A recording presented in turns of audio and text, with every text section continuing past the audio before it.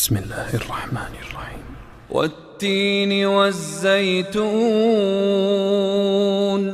وطور سينين وهذا البلد الأمين لقد خلقنا الإنسان في أحسن تقويم ثم رددناه أسفل سافلين إلا الذين آمنوا وعملوا الصالحات فلهم أجر غير ممنون فما يكذبك بعد بالدين أليس الله بأحكم الحاكمين. إن الحمد لله نحمده ونستعينه ونستغفره ونعوذ بالله من شرور أنفسنا وسيئات أعمالنا من يهده الله فلا مضل له ومن يضلل فلا هادي له وأشهد أن لا إله إلا الله وحده لا شريك له وأشهد أن محمدا عبده ورسوله. அன்பார்ந்த சகோதரர்களே சகோதரிகளே, இன்று நாம் சூரத்து தீன் இந்த சூறாவை பார்க்க இருக்கின்றோம். சூரத்து தீன் அல் குர்ஆனுடைய சிறிய சூறாக்களிலே ஒரு சூறா. இந்த சூறாவுக்கு வத்தீன் என்றும் சொல்லப்படும். என்றால் அந்த சூறா வத்தீனி வஸ்ஸைத்தூன் என்று ஆரம்பிப்பதனால் இந்த சூறாவுக்கு சூரத்து தீன் அல்லது சூரத்து வத்தீன் என்று சொல்லப்படுகிறது.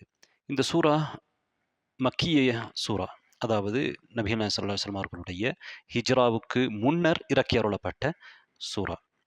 இந்த சூறாவின் நோக்கங்கள் என்ன என்று பார்க்கின்ற பொழுது, அல்லாஹு தஆலா மனிதனை அழகான தோற்றத்திலே வடிவத்திலே படைத்திருக்கிறான் என்பதை இங்கே அல்லாஹ் தன்னுடைய அருட்பாக்கியத்தை எடுத்துரைப்பது.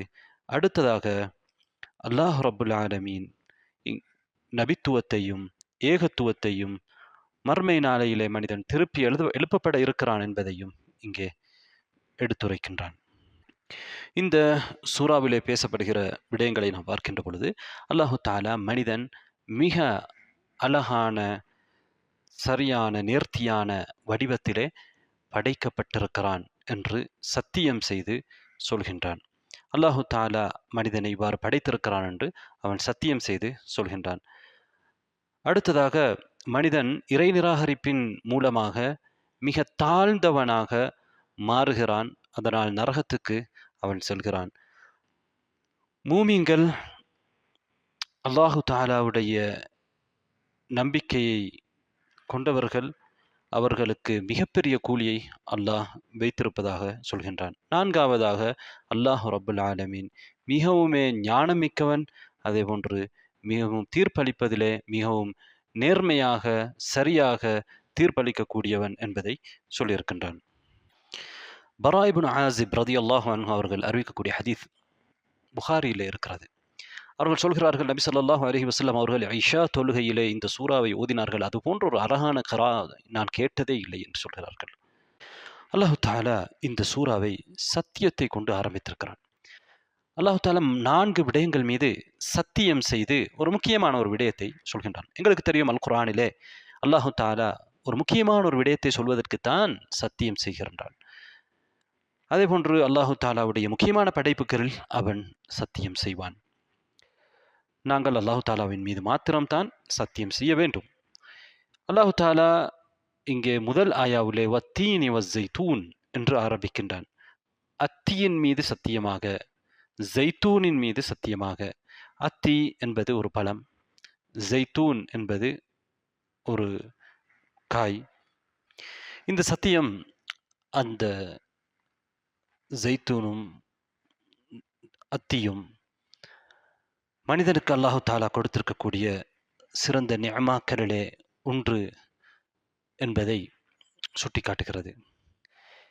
வத்தீனி வஸ்ஸைத்தூன் என்ற இந்த இரண்டும் பொதுவாக எந்த பகுதியை சுட்டிக்காட்டுகிறது என்றால், பலஸ்தீன் பகுதியை சுட்டிக்காட்டக்கூடியதாக இருக்கிறது. ஈசா அலைஹிஸ்ஸலாம் அவர்களின் நபித்துவத்தை தூதுத்துவத்தை சுட்டிக்காட்டக்கூடியதாக இருப்பதாக அறிஞர்கள் சொல்கிறார்கள். அதே போன்று அதுக்கு அடுத்ததாக 2வது ஆயாவுள்ளே அல்லாஹ் தஆலா சொல்கிறான், வதூரி சீனீன், தூர் சைனா மலையின் மீது சத்தியமாக.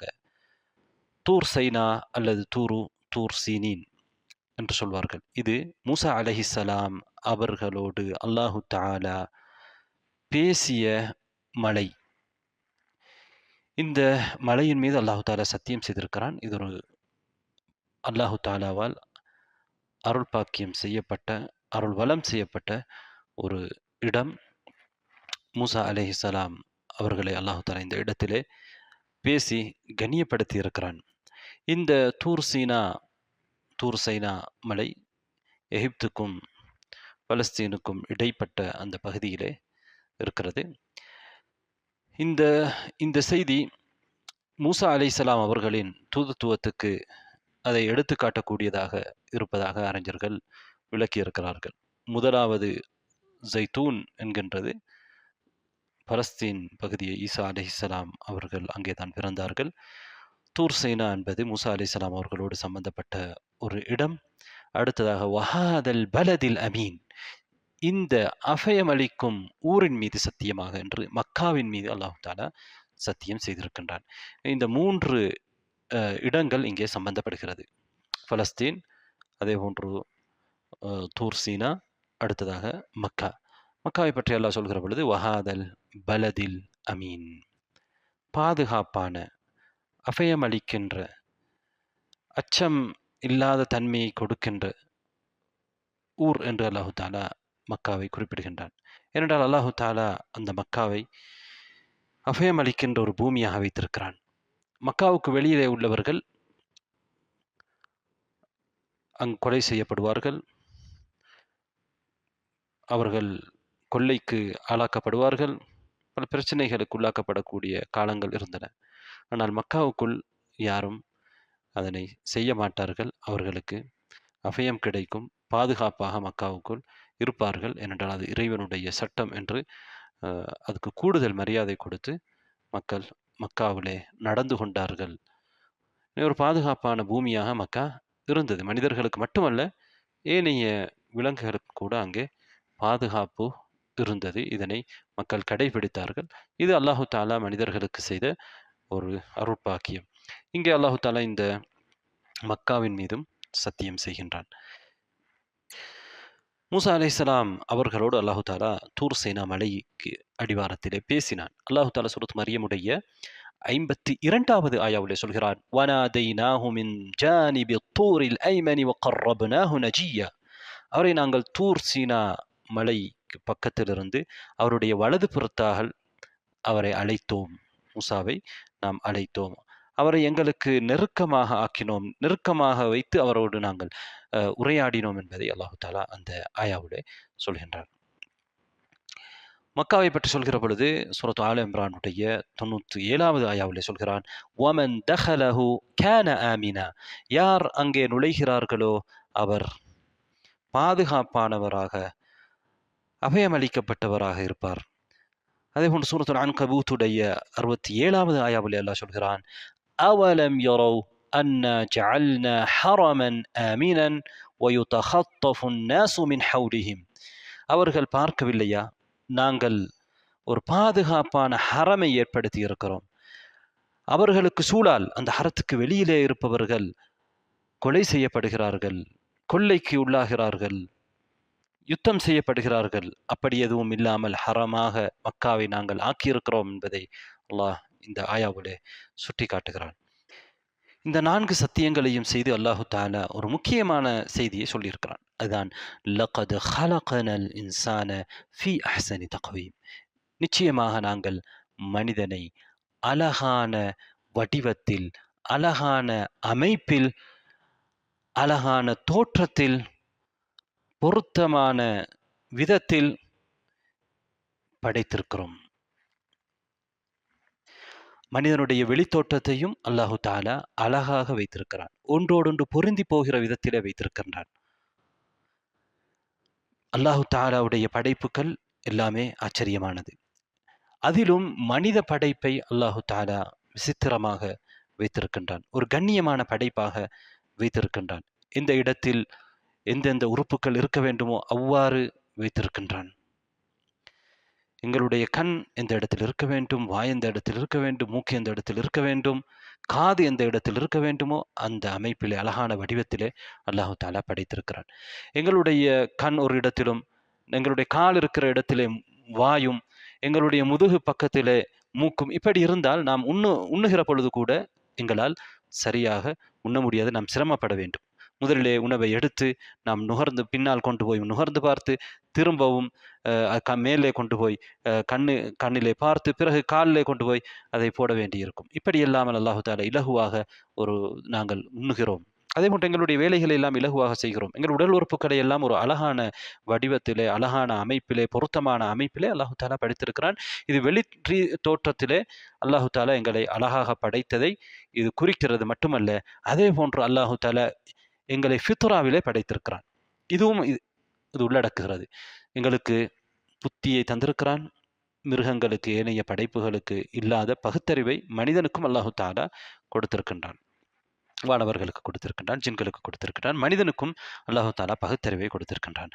அதே நேரத்திலே மனிதனுக்கு இயல்பாகவே அவனை அல்லாஹு தாலா அவை ஏற்றுக்கொள்கிற ஒருவனாக அவன் படைக்கப்பட்டிருக்கிறான். ஏனென்றால் எல்லா குழந்தைகளும் இயல்பான மார்க்கத்திலே தான் பிறக்கிறார்கள். இறைவன் ஒருவன் இருக்கிறான் என்ற நம்பிக்கையிலே தான் அவர்கள் பிறக்கிறார்கள். அவர்களை யாரும் திசை திருப்பவில்லை என்றால் அவர்கள் ஒரே ஒரு இறைவன் தான் இந்த உலகத்தை படைத்திருக்கிறான், அவன் தான் வணங்குவதற்கு தகுதியானவன், அவனிடத்திலே தான் நாம் என்னுடைய தேவைகளை கேட்க வேண்டும், அவன் தான் என்னுடைய இறைவன் என்ற உணர்வோடு தான் ஒவ்வொரு மனிதனையும் அல்லாஹ் தஆலா படைத்திருக்கிறான். பெற்றோர்கள் அல்லது அவர்களுடைய சூழல்கள் தான் அவர்களை வேறு இறைவனை மறுக்கக்கூடியவர்களாக அல்லது இறைவன் அல்லாதவர்களை இறைவன் என்று நினைக்கக்கூடியவர்களாக மாற்றுகிறது. நபிகள் நாயகம் ஸல்லல்லாஹு அலைஹி வஸல்லம் அவர்களும் சொன்னார்கள், குல்லு மௌலூதின் யூலது அலல் ஃபித்ரா, ஒவ்வொரு குழந்தையும் இயல்பான தன்மையிலே பிறக்கின்றது, ஃபித்ராவிலே பிறக்கின்றது. ஃபஅபவாஹு யுஹவ்விதானிஹி அவ் யுனஸ்ஸிரானிஹி அவ் யுமஜ்ஸானிஹி, அவர்களுடைய பெற்றோர்கள் தான் அவர்களை நசரானியாகவோ யஹூதியாகவோ மஜூசியாகவோ மாற்றுகிறார்கள் என்று சொன்னார்கள். பெற்றோர்கள் தான் பெரும்பாலும் பங்களிப்பார்கள், பெரும்பாலும் குழந்தைகளை பெற்றோர்கள் வளர்ப்பார்கள், அல்லது அவர்கள் வேறு சூழல்கள் வளர்ந்தால் அந்த சூழல்களும் அதற்கு காரணமாக இருக்கும். நபி அவர்கள் பிரதான காரணத்தை இங்கே சுட்டி காட்டியிருக்கிறார்கள். எனவே மனிதனை அல்லாஹ் அழகான வடிவத்திலே படைத்திருக்கிறான். அது வெளித்தோற்றமும் தான், அவனுடைய ஃபித்ரா உள்தோற்றமும் தான். அந்த ஃபித்ரா இறைவனை ஏற்றுக்கொள்கிற விதத்திலே தான் அல்லாஹ் தஆலா படைத்திருக்கிறான். அல்லாஹ் தஆலா சூரத்துல் இன்ஃபித்தார் என்று சொல்கிறான். 6வது ஆயாவிலிருந்து 8வது ஆயா வரையில் நீங்கள் பாருங்கள். சூரத்துல் இன்ஃபித்தார் என்ன சொல்லியிருக்கிறான்? யா அய்யுஹல் இன்சான், மனிதனே, மா கர்ரக பிரப்பிக்கல் கரீம், கண்ணியமான எல்லா நலவுகளும் கொண்ட உம்முடைய ரப்பு விடயத்திலே உன்னை ஏமாற்றியது எது? அல்லதி ஹலகக ஃபஸவ்வாக ஃபஅதலக், உன்னுடைய ரப் எப்படியானவன்? உன்னை படைத்தான். ஃபஸவ்வாக ஃபஅதலக், உன்னை அழகான வடிவத்திலே அழகான முறையிலே அவன் படைத்திருக்கிறான். ஃபி ஐயி சூரத்தின் மா ஷாஅ ரக்கப், அவன் நாடிய தோற்றத்திலே உன்னை வடிவமைத்திருக்கிறான். அல்லாஹு தஆலா அவன் படைத்த எல்லாமே அழகாகத்தான் படைத்திருக்கிறான். அல்லதி அஹ்ஸன குல்ல ஷைஇன் ஹலக, அவன் படைத்த ஒவ்வொன்றையும் அழகான முறையிலே அவன் படைத்திருக்கிறான். மனிதனை படைத்ததை பற்றி அல்லாஹு தஆலா சூரத்துல் மூமினூனிலே சொல்கிற பொழுது 14வது ஆயாவிலே தும்ம ஹலகன நுத்ஃபத அலகா, ஒரு இந்துரிய துளியிலிருந்து அல்லாஹு தஆலா அலகாவை படைத்தான். அதாவது இரத்த கட்டி போன்று ஒட்டி கொண்டிருக்கக்கூடிய அமைப்பில் இருக்கின்ற ஒன்றை அல்லாஹு தஆலா படைத்தான். அட்டை பூச்சி போன்ற ஒரு அமைப்பை படைத்தான்.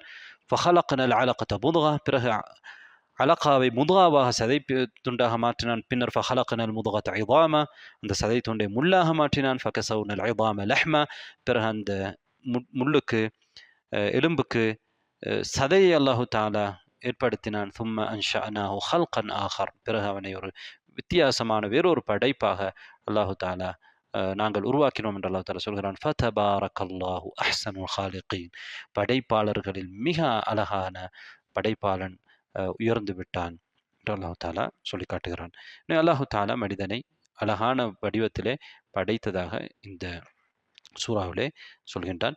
அதே போன்று சூரத்து காஃபிர் 64வது ஆயாவில் உள்ள சொல்கிறான், வஸவ்வரக்கும் ஃபஅஹ்ஸன சுவரக்கும், உங்களை அல்லாஹு தஆலா வடிவமைத்தான், அழகான முறையிலே வடிவமைத்தான். அல்லாஹு தஆலா மனிதனை அழகான வடிவத்திலே வடிவமைத்திருப்பது முக்கியமான ஒரு தகவல். இது அல்லாஹு தஆலாவால் தான் முடியும். அவன் இறைவன் என்பதற்கு அது ஆதாரம். அதனைத்தான் அல்லாஹு தஆலா சத்தியம் செய்து சொல்லியிருக்கின்றான். தொடர்ந்து அடுத்த ஆயாவிலே அல்லாஹ் என்ன சொல்கிறான்? 5வது ஆயாவிலே ثُمَّ رَدَدْنَاهُ أَسْفَلَ سَافِلِينَ, பின்னர் நாம் அவனை அஸ்ஃபல சாஃபிலீனாக மாற்றினோம் சொல்கிறான். அஸ்ஃபல சாஃபிலூன் என்றால் கீழானவர்களில் கீழானவன்.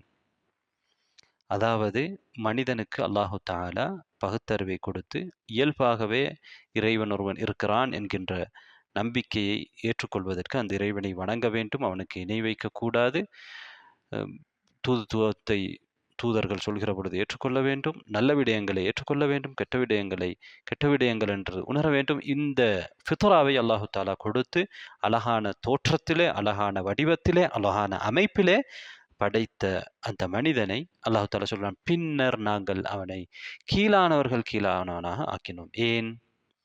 அவன் இவரெல்லாம் அவன் அல்லாஹு தஆலா அவனுக்கு அருள் செய்து அருள் பாக்கியத்தை கொடுத்து படைத்ததற்கு பிறகும் அவன் நிராகரித்ததன் காரணமாக, பின்னால் வரக்கூடிய ஆயா எங்களுக்கு அதை தெளிவுபடுத்துகிறது, அவனை அல்லாஹு தஆலா கீழானவர்களிலும் கீழானவனாக ஆக்குகிறான். பெரும்பாலானவர்கள் இப்படித்தான் இருப்பார்கள் என்பதைத்தான் இது குறிக்கிறது. ஏனென்றால் அல்லாஹு தஆலா விதிவிலக்கு செய்திருப்பவர்களை பின்னால் சொல்கிறான், இவர்களை தவிர என்று அல்லாஹு தஆலா சொல்கிறான். அடுத்தவர்கள் எல்லாம் கீழானவர்கள் நன்றி கெட்டவர்களாக அவர்கள் போனார்கள், அல்லாஹுக்கு வழிபடவில்லை, இறை தூதர்களை அவர்கள் பின்பற்றவில்லை. அதனால் அல்லாஹு தஆலா அவர்களை கீழானவர்கள் என்றால் நரகத்துக்கு செல்லக்கூடியவர்களாக அவர்களை அல்லாஹு தஆலா ஆக்கியிருக்கிறான். 6வது ஆயாவில் அல்லாஹ் சொல்கிறான், இல்லல்லதீன ஆமனு வஅமிலுஸ் ஸாலிஹாத், ஈமான் கொண்டு சாலிஹான அமல்கள் செய்தவர்களை தவிர ஃபலஹும் அஜ்ருன் கைரு மம்னூன், அவர்களுக்கு துண்டிக்கப்படாத கூலி இருக்கிறது என்று சொல்கிறான். இங்கே பாருங்கள், அல்லாஹு தஆலா ஈமான் கொண்டவர்களை தவிர என்று சொல்வதன் மூலமாக முன்னால் உள்ளவர்கள் அஸ்வல சாஃபிலின் யார்? ஈமான் கொள்ளாதவர்கள், சாலிஹான அமல் செய்யாதவர்கள், அவர்கள் தான் அதிகமாக இருக்கிறார்கள். அதிகமானவர்கள் மூமீன்கள் அல்ல என்று அல்லாஹு தஆலா குர்ஆனிலே சொல்லியிருக்கிறார். அதிகமானவர்கள் நரகத்துக்கு செல்லக்கூடியவர்கள், குறைவானவர்களே சொர்க்கத்துக்கு செல்லக்கூடியவர்கள். அதனால் தான் அல்லாஹு தஆலா விதிவிலக்கு பண்ணியிருக்கிறான். என்றால் பெரும்பாலானவர் மனிதர்கள் நரகத்துக்கு செல்வார்கள், அஸ்ஃபல சாஃபிலீன்களாக இருப்பார்கள். நல்லவர்கள் தவிர யார் நல்லவர்கள்? அல்லதீன ஆமனு, ஈமான் கொண்டவர்கள். அல்லாஹு தஆலா எதையெல்லாம் நாம் ஈமான் கொள்வது கட்டாயமோ, நம்ப வேண்டியது கட்டாயமோ அதையெல்லாம் நம்பியவர்கள். ஈமான் என்பது எங்களுக்கு தெரியும், வெறுமனே வாயினால் நாம் சொல்வது மட்டுமல்ல, உள்ளத்தினால் நாம் நம்புவது மட்டுமல்ல, எங்களுடைய செயலிலே அதனை நாங்கள் வெளிப்படுத்துவதுதான் ஈமான். ஈமான் என்பதிலே சாலிஹான அமலும் அடங்கும். என்றாலும் அல்லாஹு தஆலா சாலிஹான அமலை தனியாக சொல்லி இருக்கின்றான், அதனுடைய முக்கியத்துவத்தை உணர்த்துவதற்காக. வஅமிலுஸ் ஸாலிஹாத், சாலிஹான அமல் செய்தவர்கள், இவர்கள் அஸ்ஃபல சாஃபிலீன்களாக ஆக்கப்பட மாட்டார்கள், நரகத்துக்கு செல்ல மாட்டார்கள். ஃபலஹும் அஜ்ருன் கைரு மம்னூன், அவர்களுக்கு துண்டிக்கப்படாத கூலி இருக்கிறது. சொர்க்கத்திலே அல்லாஹு தஆலா நிரந்தரமான கூலி அவர்களுக்கு வைத்திருப்பான். அவர்களுக்கு இன்பம் தொடர்ந்து இருக்கும். அவர்கள் செய்த நன்மைகளுக்காக ஒரு காலம் அவர்களுக்கு கூலி கொடுத்துவிட்டு சரி உங்களுடைய கூலி முடிந்து விட்டது என்று முடிவடையாது. அவர்களுக்கு கிடைக்கக்கூடிய கூலி தொடர்ந்து அவர்களுக்கு கிடைத்து கொண்டிருக்கும். அவர்கள் அல்லாஹு தஆலாவுடைய அருளினால் தொடர்ந்தும் பயனடைந்து கொண்டிருப்பார்கள். அவர்களுக்கு குறைக்கப்பட மாட்டாது, துண்டிக்கப்பட மாட்டாது, முழுமையாக துண்டிக்கப்படவும் மாட்டாது, ஒரு பகுதி துண்டிக்கப்படவும் மாட்டாது. சொர்க்கத்தில் அவர்கள் தொடர்ந்தும் இன்பம் அனுபவித்துக் கொண்டு இருப்பார்கள். ஃபலஹும் அஜ்ருன் கைரு மம்னூன். அல்லாஹு தஆலா சூரத்துல் இன்ஷிகாக்குடைய 24, 25வது ஆயாக்களிலே சொல்கிறான், ஃபபஷ்ஷிருஹும் பிஅதாபின் அலீம், காஃபிர்களை பற்றி சொல்லிவிட்டு அவர்களுக்கு நோவினை தரும் வேதனை இருப்பதாக சொல்லுங்கள். இல்லல்லதீன ஆமனு, ஈமான் கொண்டு வஅமிலுஸ் ஸாலிஹாத், சாலிஹான அமல்கள் செய்தவர்களை தவிர லஹும் அஜ்ருன் கைரு மம்னூன், அவர்களுக்கு துண்டிக்கப்படாத கூலி இருக்கிறது என்று அங்கேயும் சொல்லியிருக்கிறான். அடுத்து 7வது ஆயாவிலே அல்லாஹு தஆலா என்ன சொல்கிறான்? ஃபமா யுகذிபுக பஅது பித்தீன், ஃபமா யுகذிபுக பஅது பித்தீன். மனிதனை பார்த்து அல்லாஹு தஆலா கேட்கின்றான், மனிதனே, ஃபமா யுகذிபுக, எது உன்னை பொய்ப்பிக்க செய்கிறது? பஅது, இதற்கு பிறகும் அல்லாஹு தஆலா தான் உன்னை படைத்திருக்கிறான். தெளிவான ஆதாரங்கள் இருக்கிறது. அல்லாஹு தாலா அவனை அழகான வடிவத்திலே படைத்திருக்கிறான். அவன் தான் இறைவன். இந்த ஆதாரங்களுக்கெல்லாம் பிறகும் உன்னை தீனை பொய்ப்பிக்க செய்வது எது? நீ தீனை பொய்ப்பிக்கின்றாய். இங்கே தீன் என்பது கேள்வி கணக்கு கேட்பது. தீன் என்பது அல்லாஹு தாலா மறுமையிலே மனிதன் செய்த செயல்களுக்காக விசாரணை செய்து அவர்களுக்கு கூலி கொடுக்க இருக்கிறான். எனவே இதனை அன்றைய மக்கா காபிர்கள் பொய்ப்பித்தார்கள். அப்படி ஒன்று நடக்காது என்று சொன்னார்கள். அதற்குத்தான் அல்லாஹு தாலா கேட்கின்றான், இவ்வாறெல்லாம் மனிதனை அழகான தோற்றத்திலே படைத்த அல்லாஹுக்கு மனிதனை திரும்பவும் அவனை எழுப்பி அவனை விசாரித்து அவன் செய்த நலவுகளுக்கு நன்மையும் பரிசும் அவன் செய்த கெடுதிகளுக்கு அவனுக்கு தண்டனையும் கொடுப்பதற்கு அல்லாஹு தாலாவுக்கு பெரியோர் விடயம் அல்ல. எனவே இப்படி இருக்கக்கூடிய இந்த விசாரணையை, தீர்ப்பை இதற்கு பிறகும் உன்னை பொய்ப்பிக்க வைப்பது எது? ஃபமா யுகذிபுக பஅது பித்தீன். தொடர்ந்து அல்லாஹு தாலா சொல்கிறான், அலைஸல்லாஹு பிஅஹ்கமில் ஹாக்கிமீன். அலைஸல்லாஹு பிஅஹ்கமில் ஹாக்கிமீன். அல்லாஹு தாலா தீர்ப்பு வழங்குகின்றவர்களிலெல்லாம் மிகச்சரியாக தீர்ப்பு வழங்கக்கூடியவனாக இல்லையா? அல்லாஹ் ரபுல் ஆலமீன் இந்த உலகத்திலே மனிதனை படைத்திருக்கிறான், எல்லா அருள் பாக்கியங்களையும் செய்திருக்கின்றான். இப்படிப்பட்ட அல்லாஹு தாலா மனிதன் பாவம் செய்துவிட்டு அதற்குரிய தண்டனையை உலகத்திலே அவன் பெறாமல் சென்று விட்டால் அவனுக்கு தண்டனை கொடுக்காமல் இருப்பது அநீதி. எனவே அல்லாஹு தாலா நீதியானவன். யார் இந்த உலகத்திலே அநியாயம் செய்தார்களோ, இறைவனுக்கு இணை வைத்தார்களோ, ஏனைய இறைவனுடைய படைப்புகளுக்கு அநீதி இழைத்தார்களோ அவர்களுக்குரிய தண்டனை கிடைக்க வேண்டும். இந்த உலகத்துடைய நீதிமன்றங்களினால் அவர்களுக்கு கிடைக்காவிட்டாலும் அல்லாஹு தாலா மறுமையிலே அவர்களுக்கு கொடுக்கத்தான் இருக்கிறான். அல்லாஹு தாலா மறுமை நாள் ஒன்றை வைக்காவிட்டால் அல்லாஹு தாலா நீதியாக தீர்ப்பு சொல்லக்கூடியவனாக இருக்க மாட்டான். இந்த அஹ்கமுல் ஹாக்கிமீன் என்பதற்கு 2 அர்த்தங்கள் இருக்கின்றன. ஒன்று, ஹிக்மா என்பதிலிருந்து அது வந்திருக்கிறது என்று சொல்லலாம். அதாவது ஞானம். அல்லாஹு தாலா ஞானம் மிக்கவர்களெல்லாம் மிகவுமே ஞானம் உள்ளவன். அதே போன்று அல்லாஹு தாலா தீர்ப்பு வழங்குபவர்களெல்லாம் மிகவுமே சரியாக நேர்த்தியாக தீர்ப்பு வழங்கக்கூடியவன். அல்லாஹு தாலா குற்றம் செய்தவர்களை, அநீதி இழைத்தவர்களை தண்டனை கொடுக்காமல் விட்டுவிடப் போவதில்லை. நலவு செய்தவர்களை கண்ணியப்படுத்தாமல், அவர்களுக்கு பரிசு கொடுக்காமல், நட்கூலி கொடுக்காமல் விட்டுவிடப் போவதில்லை. அல்லாஹு தாலா நீதியானவன், சரியாக தீர்ப்பு சொல்லக்கூடியவன், நேர்மையானவன் என்றுதான் இந்த ஆயா எங்களுக்கு சொல்கிறது. அலைஸல்லாஹு பிஅஹ்கமில் ஹாக்கிமீன். தீர்ப்பு வழங்குகின்றவர்களிலெல்லாம் மிகச்சரியாக, மிக நீதியாக தன்னுடைய அடியார்களுக்கு மத்தியிலே தீர்ப்பு வழங்கக்கூடியவனாக அவன் இல்லையா? அன்பார்ந்த சகோதரர்களே, சகோதரிகளே, இந்த சூறாவிலிருந்து நாம் பெறும் படிப்பினைகளை இப்போது பார்ப்போம். அல்லாஹு தாலா இந்த சூறாவிலே வத்தீனி வஸ்ஸைத்தூன் என்று சொல்லியிருக்கிறான். அதே போன்று வஷம்ஸி வதுஹாஹா சூரத் ஷம்ஸிலே ஃபீஹா ஃபாக்கிஹத்துன் வநஹ்லுன் வரும்மான் சூரத்துர் ரஹ்மான் போன்ற சூறாக்களிலே அல்லாஹு தாலா தன்னுடைய பல படைப்புகளை பற்றி சொல்கின்றான். இங்கே ஒரு படைப்பை விட ஒரு படைப்பை முற்படுத்தி இருப்பது கட்டாயமாக அந்த படைப்பை விட அந்த படைப்பு சிறந்தது என்பது அல்ல. உதாரணமாக தீனி வஸ்ஸைத்தூன் என்பதை விட தீனை விட ஜைத்தூனை விட தீன் சிறந்தது என்பதற்காக அல்ல. அல்லாஹு தாலா பல நோக்கங்களுக்காக ஒன்றை விட ஒன்றை முற்படுத்துவான். ஒன்றை முதலாவதாக சொல்லி அடுத்ததாக இன்னொன்றை சொல்கிற பொழுது, அதனோடு இணைத்து சொல்கிற பொழுது, இதை விட அது சிறந்தது என்று எப்போதும் வரமாட்டாது என்று இமாம் இப்னு தைமியா ரஹ்மத்துல்லாஹி அவர்கள் சுட்டிக்காட்டியிருக்கிறார்கள். கட்டாயம் இல்லை. சில நேரம் அப்படி அதற்கும் சொல்லலாம். ஒன்றை விட ஒன்றை முற்படுத்துகிற பொழுது முன்னுக்கு சொல்லப்பட்டது பின்னால் சொல்லப்பட்டதை விட முக்கியமான வேறு காரணங்களுக்காகவும் ஒன்றை விட ஒன்றை முற்படுத்தலாம். அடுத்ததாக இந்த சூறாவிலிருந்து நாம் பெறுகிற இன்னொரு பயன் என்னவென்றால், அல்லாஹு தாலா மனிதனை ஏனைய படைப்புகள் எல்லாத்தையும் விடவும் ஒரு அழகான அமைப்பிலே, ஒரு நேர்த்தியான அமைப்பிலே படைத்திருக்கிறான் என்பதுதான்.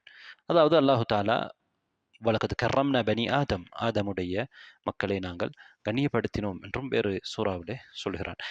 அல்லாஹு தாலா மனிதனுக்கு விசேஷமான ஒரு தன்மையை, விசேடமான அமைப்பை கொடுத்திருக்கின்றான். இந்த சூறாவிலே அல்லாஹு தாலா மனிதனை அழகான தோற்றத்திலே படைத்திருக்கிறான் என்பதை சொல்கின்றான். அல்லாஹு தாலா தான் படைப்பாளன் என்பதை அன்றைய காலத்தில் இருந்த காஃபிர்கள் அவர்கள் மறுக்கவில்லை. அல்லாஹ் தான் படைத்திருக்கிறான்.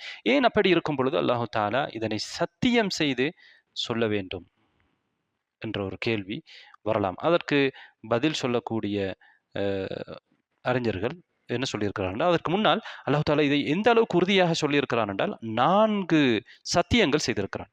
நாம் ஏற்கனவே பார்த்தோம். தீன் ஜெய்தூன், தூர் சைனா, அதே போன்று மக்கா. இந்த 4 அல்லாஹ்வின் படைப்புகளிலே சத்தியம் செய்திருக்கிறான். பிறகு லகது என்று சொல்லியிருக்கிறான். லாம் ல என்றது இன்னும் உறுதியாக சொல்வதற்கு பயன்படுத்தப்படும். கது என்ற வார்த்தையும் உறுதியாக சொல்வதற்கு பயன்படுத்தப்படும். 2 மொத்தமாக 6 விடயங்களை கொண்டு அல்லாஹு தாலா உறுதிப்படுத்தி இந்த விடயத்தை ஏன் சொல்லியிருக்கிறான் என்றால், மக்கா காபிர்களிடத்தில் யார் உங்களை படைத்தான் என்று கேட்கிற பொழுது அல்லாஹ் தான் படைத்தான் என்று அவர்கள் தாராளமாக சொன்னார்கள். அதை அவர்கள் மறுக்கவில்லை. வலைன் சால்தஹும் மன் ஹலகஹும் லயகூலுன் அல்லாஹ், யார் அவர்களை படைத்தார்கள் என்று நீர் அவர்களிடத்தில் கேட்டால் அல்லாஹ் தான் என்று அவர்கள் சொல்வார்கள். அப்படி இருக்கிற பொழுது ஏன் இப்படி அவர்கள் ஏற்றுக்கொண்ட ஒரு விடயத்தை இவ்வாறு உறுதியாக சொல்ல வேண்டும் என்பதற்கு அறிஞர்கள் பதில் சொல்கிற பொழுது என்ன சொல்லியிருக்கிறார்கள் என்றால், அவர்கள் மறுமை நாளை மறுத்தார்கள். மனிதன் திருப்பி எழுப்பப்படுவதை மறுத்தார்கள். எனவே அவர்கள் மறுமை நாளை மறுக்கக்கூடியவர்களாக இருப்பதனால் அவர்கள் படைப்பாளனை மறுப்பதை போல என்றால், முதலாவது முறை படைக்கக்கூடியவனுக்கு திரும்பவும் எழுப்புவது பெரிய விடயம் அல்ல. இப்படி இருக்கிற பொழுது இவர்கள் எந்த தரத்தில் இருக்கிறார்கள் என்றால், படைப்பாளனை மறுக்கின்ற ஒரு விதத்திலே அவர்கள் படைப்பாளனை குறை சொல்கிற ஒரு விதத்திலே இருக்கிறார். எனவே அவன்தான் படைத்தான், அவன்தான் உங்களை அழகான தோற்றத்திலே படைத்தான், இப்படி படைத்தவனுக்கு திரும்பவும் உங்களை எழுப்புவதொன்றும் பெரிய விடயம் அல்ல என்றால், பின்னால் இன்னொரு விடயத்தையும் அல்லாஹ் தாலா உள்ளடக்கி இருக்கிறான். சத்தியம் செய்து அதை மட்டும் சொல்லவில்லை, பிறகு நாங்கள் அவனை கீழானவர்களாக ஆக்கினோம், நரகத்துக்கு செல்லக்கூடியவர்களாக ஆக்கினோம் என்றால் அவர்கள் நரகத்தை மறுத்தார்கள். நிச்சயமாக நரகம் என்பது ஒன்று இருக்கிறதே, அந்த நரகத்திலே நீங்கள் இழிவுபடுத்தப்படுவீர்கள் என்று விடயத்தை அல்லாஹ் தாலா இங்கே சுட்டி காட்டுகிறான். அல்லாஹு தாலா சூரத்து தூருடைய 14வது ஆயாவில் என்ன சொல்கிறான், இதுதான் நீங்கள் பொய்ப்பித்து கொண்டிருந்த நரகம் என்று அல்லாஹு தாலா சொல்கிறான். அவர்கள் நரகத்தை பொய்ப்பித்தார்கள். இங்கே அல்லாஹு தாலா மனிதனுடைய படைப்பை மட்டும் சொல்லவில்லை, அவர்கள் நரகத்துக்கு செல்வார்கள் இந்த மனிதர்கள் என்பதையும் சேர்த்து சொல்வதனால் இவ்வளவு சத்தியம் செய்து இவ்வளவு உறுதிப்படுத்தி அல்லாஹு தாலா இந்த விடயத்தை சொல்லியிருக்கிறான். அது மாத்திரமல்ல, இன்றைய காலத்திலே நிறைய நாத்திகர்கள் இருக்கிறார்கள். இறைவன் ஒருவன் நம்மளை படைக்கவில்லை என்று நினைக்கக்கூடியவர்கள் இருக்கிறார்கள். அவர்களுக்கு குர்ஆன் எல்லா காலத்துக்கும் பொருத்தமானது. அவர்களுக்கும் சேர்த்து இங்கே மறுப்பு இருக்கிறது. அல்லாஹு தாலா அவனுடைய மனிதன் படைப்பை எங்களுக்கு சிந்திக்க தூண்டுகிறான். அல்லாஹு தாலா தான் படைப்பாளன் என்பதை இங்கே உறுதிப்படுத்துகிறான். அடுத்ததாக மிக முக்கியமான இன்னொரு படிப்பினை தான், அல்லாஹு தாலா மனிதனை இயல்பான வடிவத்திலே இயல்பான உணர்வுகளோடு சரியான சீரிய சிந்தனையோடு தான் படைத்திருக்கிறான். அவனுக்கு புறக்காரணிகள் அவனுடைய தாக்கம் செலுத்தாவிட்டால் நிச்சயமாக அவன் சீரிய சிந்தனை உள்ளவனாக, சீரிய இயல்புத்தன்மை உள்ளவனாகத்தான் வருவான். ஆனால் வழிகேடர்கள் என்ன செய்கிறார்கள், பிறக்கின்ற அந்த குழந்தைகளை வழிகேட்டின் பக்கம் கொண்டு செல்கிறார்கள். அவர்களுக்கு பிழையான சிந்தனைகளை அவர்களுக்குள் ஊட்டுகிறார்கள். இது சம்பந்தமாக நாம் ஏற்கனவே ஆயாவை விளக்குகின்ற பொழுது சொல்லியிருந்தோம். ஒவ்வொரு பிள்ளைகளும் இயல்பான அந்த மார்க்கத்திலே தான் பிறக்கிறார்கள். எனவே புறக்காரணிகள் புறத்தாக்கங்கள் இல்லாவிட்டால் எல்லோரும் இறைவனை ஏற்றுக்கொள்கிற அந்த தன்மையிலே தான் அவர்கள் இருப்பார். முழுமையாக மார்க்கத்தை தெரிந்து கொள்ள மாட்டார்கள், அதை சொல்லவில்லை. அடிப்படையான இறைவனை ஏற்றுக்கொள்கிற தன்மையோடு நல்லதையும் கெட்டதையும் பிரித்தறிந்து சாதாரணமாக இது நல்லதை நாங்கள் நல்ல பண்புகளை ஏற்றுக்கொள்ள வேண்டும், மோசமான பண்புகளை நாம் ஏற்றுக்கொள்ளக்கூடாது, இவ்வாறான ஒரு இயல்பு தன்மைகளை தான் அவர்கள் பிறக்கின்றார்கள். பொதுவாக அதனால் தான் மனிதனை நீங்கள் பார்க்கலாம், மனிதன் ஒரு நலவுக்குத்தான் நலவை விரும்பக்கூடியவன் அடிப்படையில் என்றால் அவனுடைய இயல்பிலே அது இருக்கிறது. நீதி என்று வருகிற பொழுது அந்த நீதியை மனிதன் விரும்புவான். ஒருவன் நலவை சொல்கிற பொழுது அவனுக்கு அதில் எந்த ஒரு பாதிப்பும் இல்லாமல் இருக்கிற பொழுது, அவனுடைய நலன்களுக்கு அது பாதிப்பை ஏற்படுத்தாமல் இருக்கிற பொழுது அதை அவன் விரும்புவான். என்றால் ஒரு கெட்ட மனிதன் அவனுடைய நலனை பார்ப்பான். அந்த கெட்ட மனிதனும் கூட வேறு சந்தர்ப்பங்களிலே ஒருவன் நல்லவனாக நடக்கின்ற பொழுது அவனுக்கு தெரியும் அவன் நல்லவனாக நடக்கின்றான், அது நலவு அநீதி இழைக்கப்படுகிற பொழுது அந்த அநீதி இழைப்பது கூடாது என்பதை அவன் உணர்கிறான் என்றால் அல்லாஹு தாலா இயல்பாகவே அந்த தன்மையை அவனிடத்திலே வைத்திருக்கின்றான். அவன் சில நேரத்திலே தனக்கு சுயநலத்துக்காக வேண்டி அல்லது தன்னுடைய இச்சையை தீர்த்து கொள்வதற்காக அல்லது தன்னிடம் இருக்கக்கூடிய அந்த கோபத்தை தீர்த்து கொள்வதற்காக அல்லது பழிவாங்குவதற்காக சில நேரம் அவன் ஒன்றை மறுக்கக்கூடியவனாகவோ அல்லது புறக்கணிக்கக்கூடியவனாகவோ இருப்பான். இது புறக்காரணிகளுக்காக. ஆனால் அடிப்படையிலே வேறொரு விஷயத்திலே அவன் என்ன செய்வான் என்றால் நீதி படித்தான் என்பதை அவன் புரிந்து கொள்வான். அவனுக்கு அதிலே பாதிப்பு இல்லாமல் இருக்கின்ற பொழுது, அவனுக்கு அதில் எந்த ஒரு சம்பந்தம் இல்லாமல் இருக்கின்ற பொழுது, எது நலவோ அது நலவென்பது அவனுக்கு தெரியும். அதைத்தான் பெரும்பாலும் அவன் விரும்பக்கூடியவனாக இருப்பான். அடுத்ததாக அல்லாஹு தாலா மனிதனுக்கு புத்தியை கொடுத்திருக்கின்றான். சீரிய சிந்தனையும் பகுத்தறிவை கொடுத்திருக்கின்றான். நிலையான தோற்றத்தில் அவன் இருக்கிறான். இதன் மூலம் மனிதன் இந்த உலகத்தையே ஆட்சி செய்கிறான். ஏனைய படைப்புகளை அல்லாஹு தாலா மனிதனுக்கு வசப்படுத்தி கொடுத்திருக்கின்றான். இந்த விடயத்தையும் இந்த ஆயா சுட்டி காட்டுகிற விதத்திலே அமைந்திருக்கிறது. மனிதனை அழகான வடிவத்திலே அழகான அமைப்பிலே நாங்கள் படைத்திருக்கிறோம் என்பது இதனையும் கூட உள்ளடக்கும். நீங்கள் பாருங்கள், சூரத்துல் அஸ்ரிலே அல்லாஹு தாலா இன்னல் இன்சான லஃபி ஹுஸ்ர், நிச்சயமாக மனிதன் நஷ்டத்திலே இருக்கிறான் என்று சொன்ன பொழுது அங்கே யார் நஷ்டத்தில் இல்லாதவர்கள் என்பதை குறிப்பதற்கு கூடுதல் பண்புகளை சொல்கிறான். ஈமான் கொண்டு சாலிஹான அமல் செய்வது மாத்திரமல்ல, சத்தியத்தை மற்றவர்களுக்கு ஒருவருக்கொருவர் உபதேசம் செய்து கொள்வது, பொறுமையை ஒருவருக்கொருவர் உபதேசம் செய்து கொள்வது என்று 4 பண்புகளை குறிப்பிட்டிருக்கிறான். எனவே அங்கே விதிவிலக்கு செய்யப்பட்டவர்கள் மிக குறைவானவர்கள். 4 பண்புகளும் இருந்தால்தான் அவர்கள் அந்த நஷ்டத்திலிருந்து வெளியே போவார்கள். 4 பண்புகளும் எந்த அளவுக்கு இருக்கிறதோ அந்த அளவுக்கு நஷ்டத்திலிருந்து வெளியேறுவார்கள். ஆனால் இங்கே அல்லாஹு தாலா 2 பண்பை தான் குறிப்பிட்டிருக்கிறான். ஈமான் கொண்டு சாலிஹான அமல்கள் செய்தவர்கள் என்று சொல்கின்றான். சும்மரதுனாகும் அஸ்வர சாபின், அவர்கள் கீழானவராக நாங்கள் ஆக்குவோம் என்று சொல்லிவிட்டு, யார் கீழானவர்கள் ஆக மாட்டார்கள், இந்த 2 பண்புகளும் உள்ளவர்கள் என்று அல்லாஹ் தாலா சொல்கிறான். இதில் இருந்து என்ன தெரிகிறது என்றால்,